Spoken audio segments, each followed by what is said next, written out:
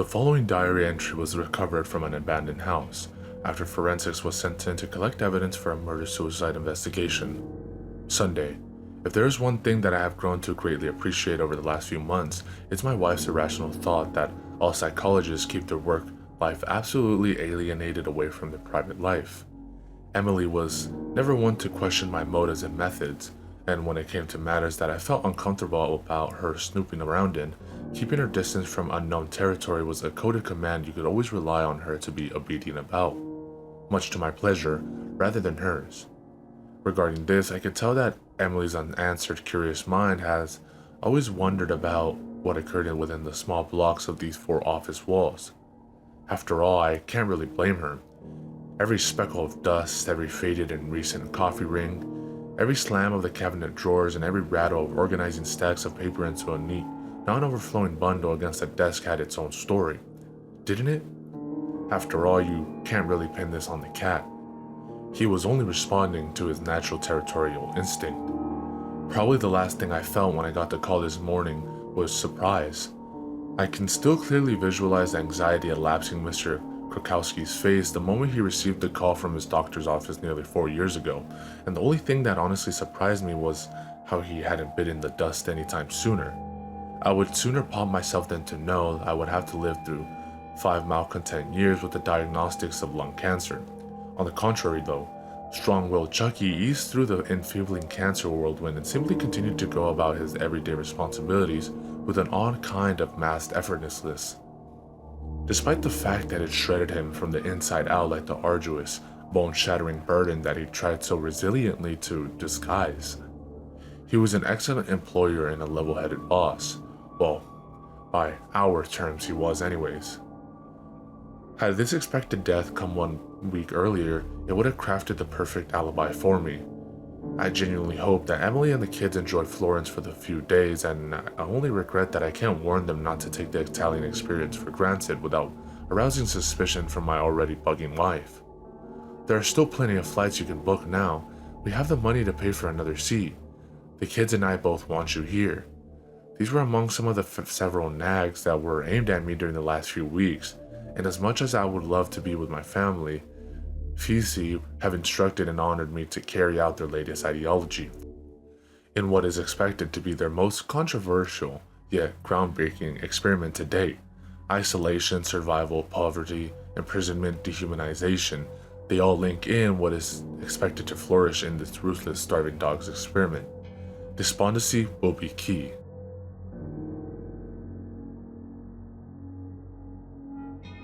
Monday. What would the Homo sapiens species be like today if the virtue of humanity had never existed, or developed, if at all, later than expected?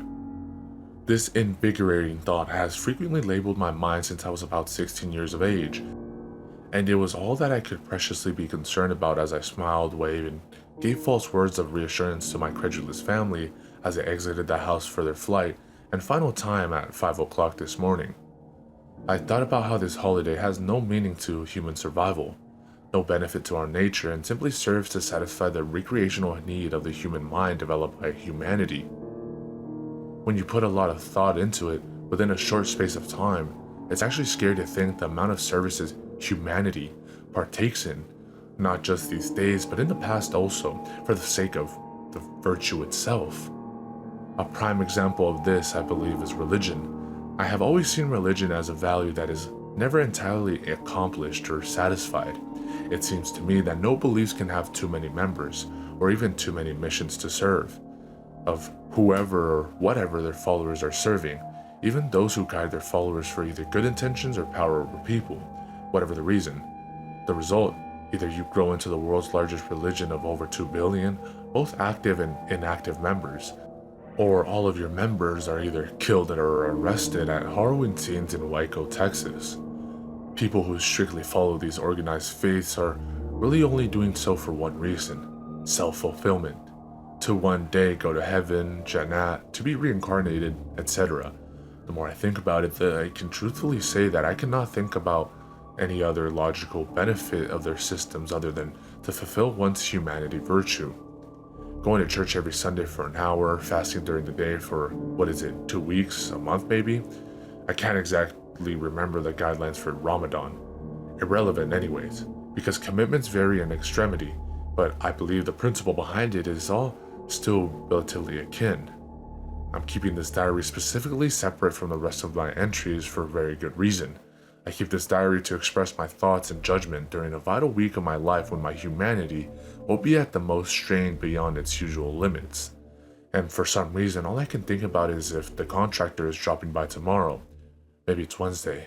I have to call about that later. Maybe it plagues my head because I am just too fond of the sitting room I have right now. The mantelpiece, the blue leather sofa and its two stocky armchair companions, the looming glass cabinet of fancy knickknacks, family heirlooms, and personal memorabilia. Memories. For whatever time I step in there for the next whatever amount of hours until the contractor comes, whooshing images of baby steps, scraped knees and tears, romantic movies with wine, chocolates and flickering television light in a dark room, and rainy days with unfinished Monopoly games are going to flash by me. And all I can't help but do is half willingly accept it.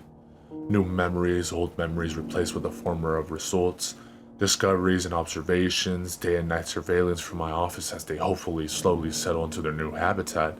At first, humanity will take full throttle and there will be confusion, angst, and suffering that will wither and die as nature should rear its monstrous, ugly, yet beautifully ambitious head and create the scenarios that I will be scribbling notes on and reporting back to Feezy. I wonder when that contractor is coming. We both have a lot of work to do.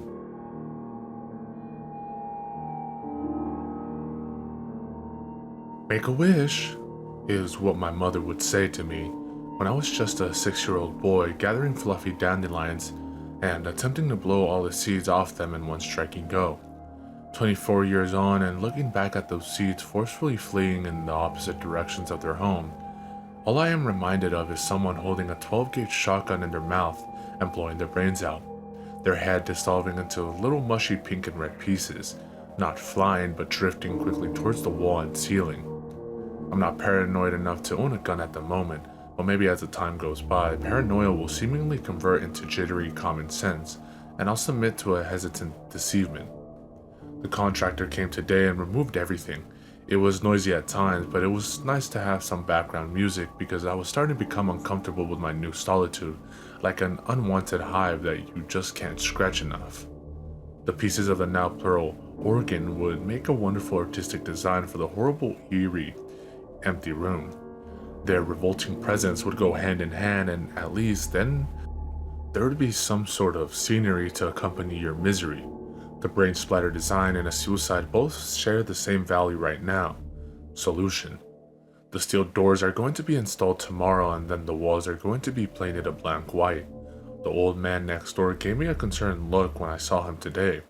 He adjusted a nice little smile on his face while he was watering his plants in that flowery hat, but he had an engraved look of apprehension beneath his cracked rosy red cheeks.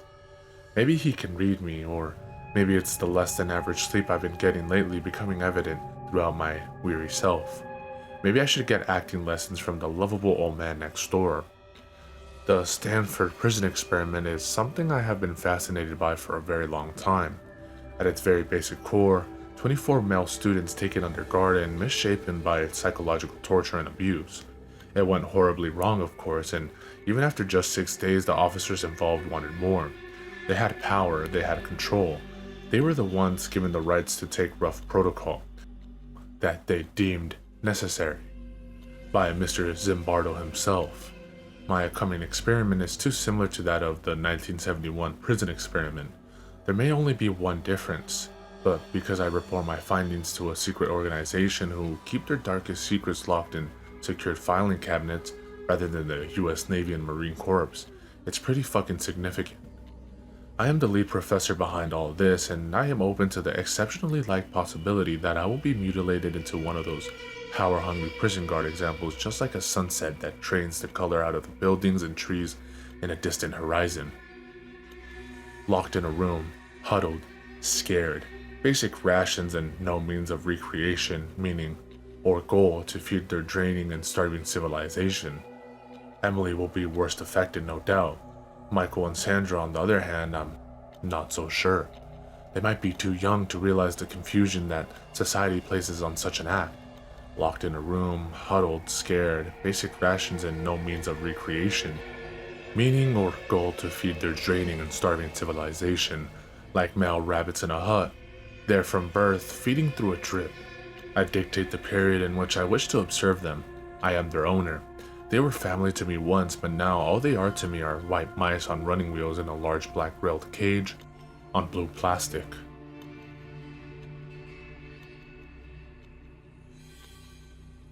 There are recent rotting rodent remains in the raw room downstairs, and I am rereading the last line of my previous entry. I paid over 10 grand for all the new installations and I hate it. They are horribly calm and overwhelming, dazingly quiet and eerily too peaceful. Perfect. It's everything I required for my work to go ahead. I've given myself the all clear. Unfortunately, as soon as I had saw that I had diminished a section of my house to absolutely nothing, I panicked and ran back upstairs, little beads of sweat trickling down from my forehead whilst I swallowed the quickly reoccurring lump haunting my throat. I have no idea why, but I just couldn't stand it. That there was a thing in my house that contained less content than a plastic bag floating in the wind, other than for a brief moment that I had experienced it. It was horrifying. White with red. It's such a malignant combination, like when a roofer slips off the top of a 60-degree angle roof and smacks his temple off the sharp corner of a great concrete wall. Red flows out of a large gashing wound, and his skin drains to white quicker than an endangered chameleon. I sat up in my room, quivering from the room's presence, and all I could recollect was the image of the exploding bloody dandelion, imagining the brain matter slowly sleeping down the white wall, with pieces sooner or later trickled to the floor, making a chunky splattering sound. While my mind generated this thought, in that moment all I could think was how ventilating those squishy sounds and vivacious colors were. Suicide was simply not an option.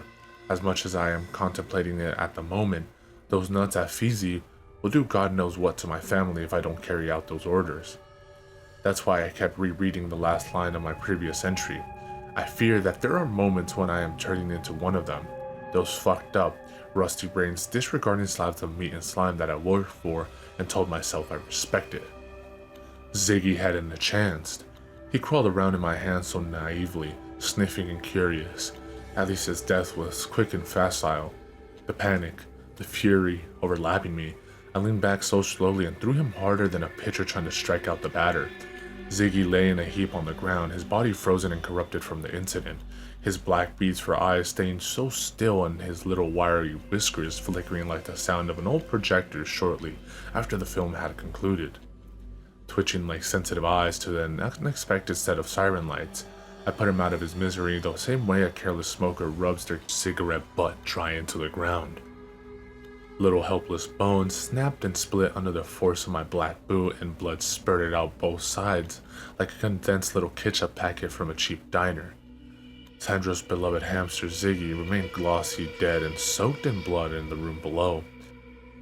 The last feelings I want Sandra to think of me are misunderstanding and confusion, not that I'm a monster.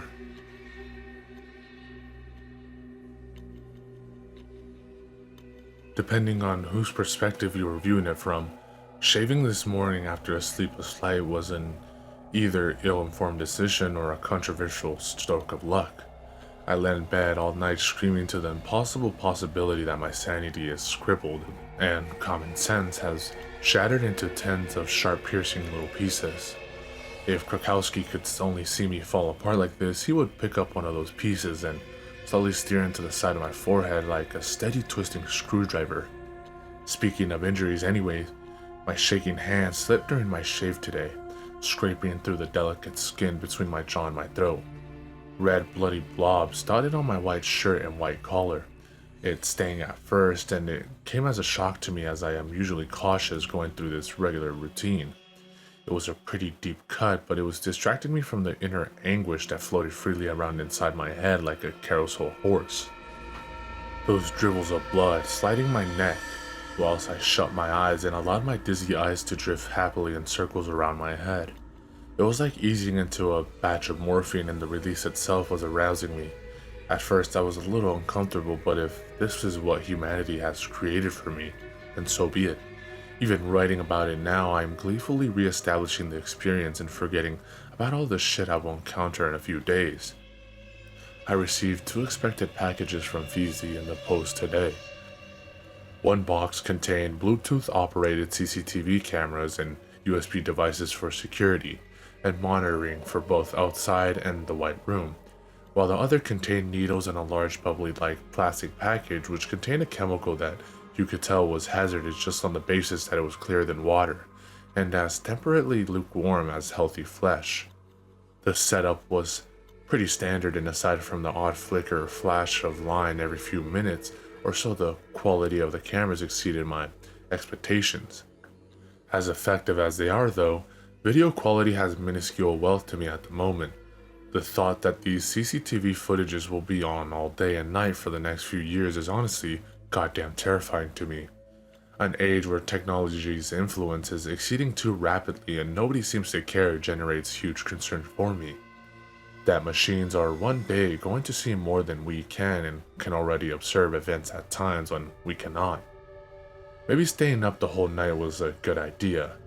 What if Feezy had me wired right now and I just vulnerably allowed everything they sent me into my house? What if they're testing me to see if I will comply with their demands and slavishly carry out their dirty work? If my family are going to die, they're not going to die by the hands of Feezy, but I'm still left in a tough situation. If I don't do it, I die, and I don't know what even more horrible act they will carry out on my family.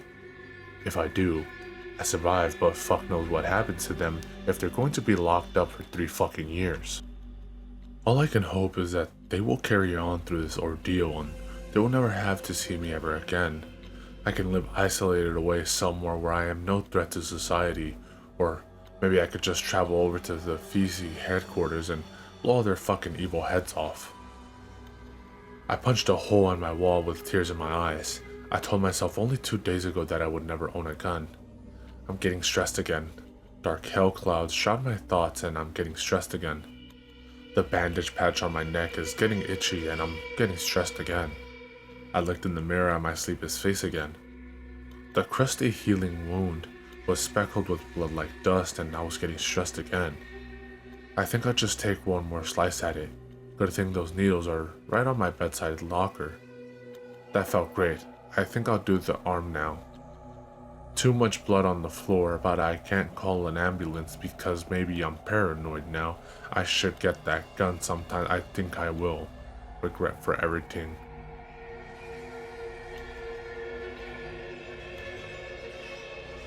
I look terrible. There's a giant scar on my jaw and several little scars on my upper left arm from when I got carried away last night. This is the first entry that I've written during the daytime, and judging from the brightness outside for this time of year, I would say it's around 1500. Check the clock downstairs, 1521. I literally just awoke 20 minutes ago and I feel really dizzy.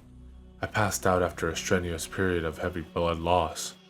It's a good thing I had fainted when I did, or else there was the ostensible chance that I would have traveled further south on the great scraping stress train. How would I explain the scars to my wife? I'm not sure.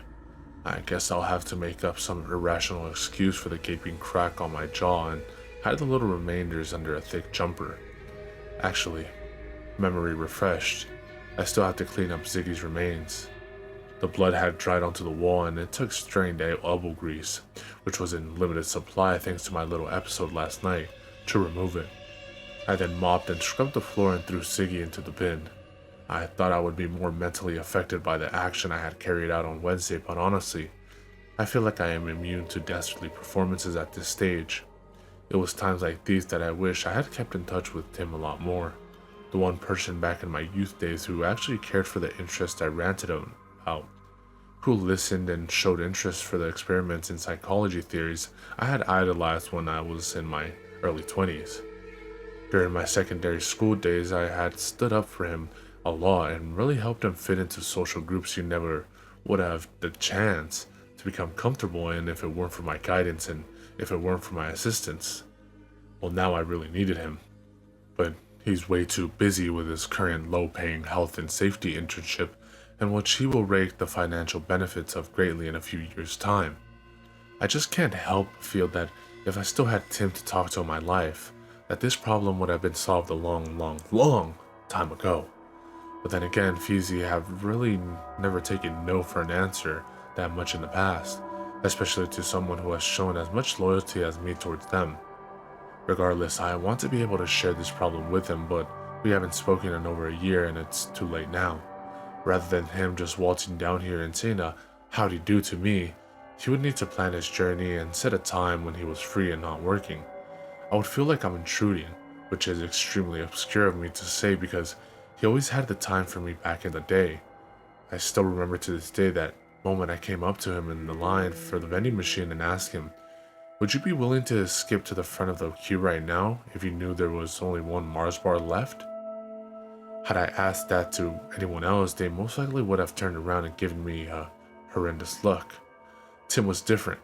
He had a sort of restrained respect for everyone, despite had they made him feel uncomfortable or uneasy. Respect, patience, and passiveness were his most appreciated virtues and qualities that sometimes got annoying if you were around them for too long, but traits you miss if you hadn't experienced for a long while. Although there's a 99.9 chance of it not happening, I wish that he would just come and rescue me from this ever so daunting nightmare that I am in the middle of right now, like a whirlpool of black molten hot tar. A few days ago I had talked about how the development of humanity had some crazy disturbing effects when you think about them for an extended period of time. In this case, however, my mind struggles to think of a disadvantage when it came to the life policies that my good friend old Tim had. He would die before letting anything happen to his family. The family get back tonight. I wonder how they'll react when they see the steel doors.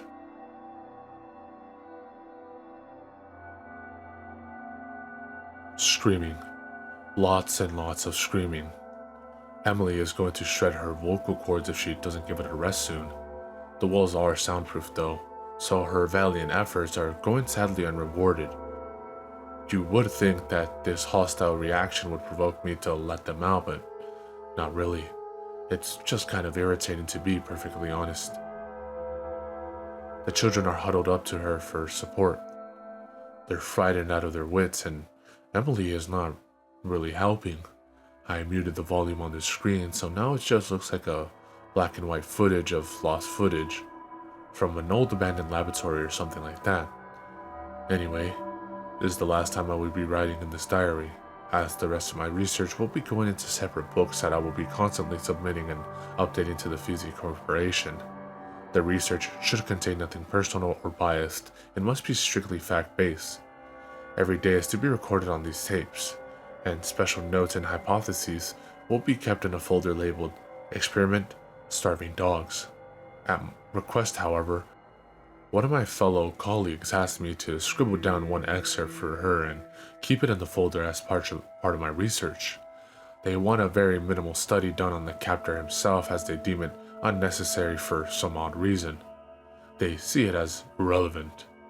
Anyways, I decided to rewrite this one on a separate piece of paper and store it in the folder. New memories. Old memories replaced with the former results, discoveries, and observations. Day and night surveillance from my office as they hopefully slowly settle into their new habitat. At first, humanity will take full throttle and there will be confusion, angst, and suffering that will wither and die, as nature should rear its monstrously ugly yet beautiful ambitious head and create the scenarios that I will be scribbling notes on and reporting back to Feezy. As for this diary, it has a sentimental value to me now. I shall keep it locked up in the cabinet above. One day I may go back over it and read my thoughts on the week leading up to what could be a very important breakthrough experiment of my psychology career. Unorthodox? Most definitely. Ambitious? We shall wait and see. Emily is still screaming.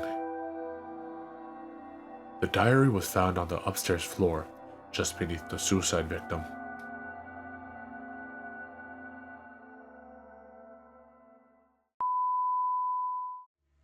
Definitely elevating for the 966. The ill suicidal libel, the take titles and